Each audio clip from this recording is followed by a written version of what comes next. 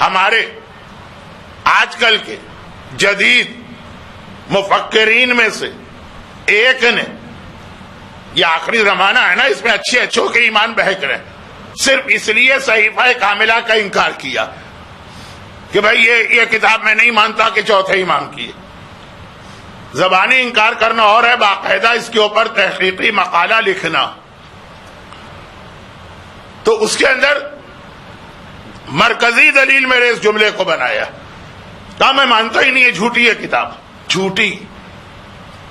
چلو اگر وہ اس طرح کہتے کہ اس کی سندیں ثابت نہیں ہے، کس نے سنا، کون راوی ہے، کیسے پتہ چلے، تو چلے پھر بھی کچھ سمجھ میں بات آتی۔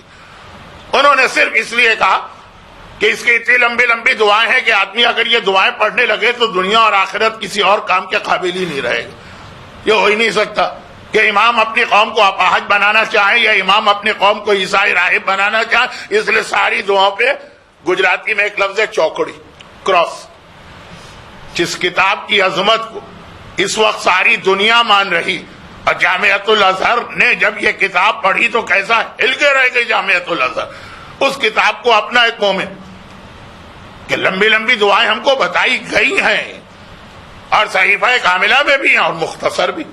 مدینے میں ایک آدمی اتنا غریب اتنا غریب اتنا غریب کہ وہ روزانہ رات کے اندھیرے میں اپنے گھر سے باہر نکلتا، اور اس محلے والوں نے، گلی والوں نے جہاں پہ کچرا پھینکا ہوتا،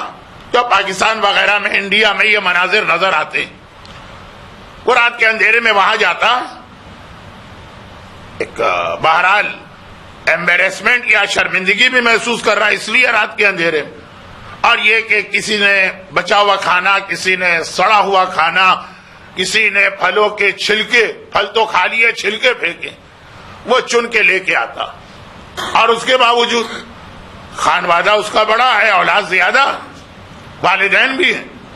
پھر بھی ہر وقت اس کے گھر میں فاقے ہی فاقے رہتے۔ ایک واقعہ تو بہت پڑھا جاتا ہے کہ ایک صاحب حج پر جا رہے تھے، راستے میں ایک سیدانی کو دیکھا جو مری ہوئی مرغی کچرے سے اٹھا کے کھا رہی، اور اس کو مسئلہ شرعی یاد دلایا تو اس نے کہا کہ اس وقت میری وہ کیفیت ہے کہ حرام حلال ہو گیا، اس انداز کا پیغمبر کے زمانے کا واقعہ۔ لیکن یہ مصیبت و پریشانی اپنی جگہ، امید اس نے نہیں چھوڑی، بار بار رسول کے پاس جا کے کہتا، جیسے ہر دفعہ کوئی بھی عالم، کوئی بھی خطیب، کوئی بھی ذاکر یا ہم جیسا طالب علم کسی بھی علاقے میں جائیں تو لوگوں کے مسئلے وہی ہوتے ہیں کہ مولانا یہ روزی کا اور صحت کا، پچھلی دفعہ بھی آپ آئے تھے اور دعا بتائی تھی اور کوئی فائدہ نہیں ہوا، آپ کوئی اور دعا بتائیے۔ تو پیغمبر کے پاس بار بار جاتا، اور پیغمبر فرماتے ہیں کہ اچھا ٹھہر جاؤ۔ دیکھتے ہی دیکھتے اس کی حالات پلٹے،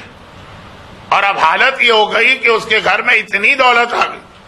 کہ سارے محلے کو اپنی دولت تقسیم کرتا پھر رہا ہے، ہر ایک کی مدد کرتا پھر رہا، اور لوگوں کو حیرت ہو۔ آج تو ٹھیک ہے سوال کر لیتے ہیں، کوئی پرائز باؤنڈ کھل گیا، کوئی لاٹری نکل آئی، حلال و حرام کی بات نہیں کر رہا ہوں، عوامی جملہ بتا رہا ہوں۔ لیکن اس وقت لوگوں نے کہا کہ دیکھتے ہی دیکھتے یہ تمہارے حالات اتنے تیزی سے بدلے۔ کہا کہ آپ پیغمبر نے ایک دعا بتائی تھی، اس وقت تو مجھے اس دعا پہ بڑا تعجب ہوا تھا کہ اتنا بڑا میرا مسئلہ، اتنی چھوٹی سی دعا۔ اور وہ یہ ہے کہ پیغمبر نے کہا جب کبھی گھر میں داخل ہو تو ایک بار سلام کرو، چاہے گھر میں کوئی ہو چاہے کوئی نہ ہو، اور سورہ قل هو اللہ کی تلاوت کیا کرو۔ اب مختصر ترین دعا، اور مدینے کا وہ پورا محلہ گواہی دے رہا، کیا ہم نے اس کو دیکھا کہ اس کے بچے اب سونے اور چاندی میں کھیل رہے ہیں۔ برحمتک یا ارحم الراحمین، وصلی اللہ علی محمد وآلہ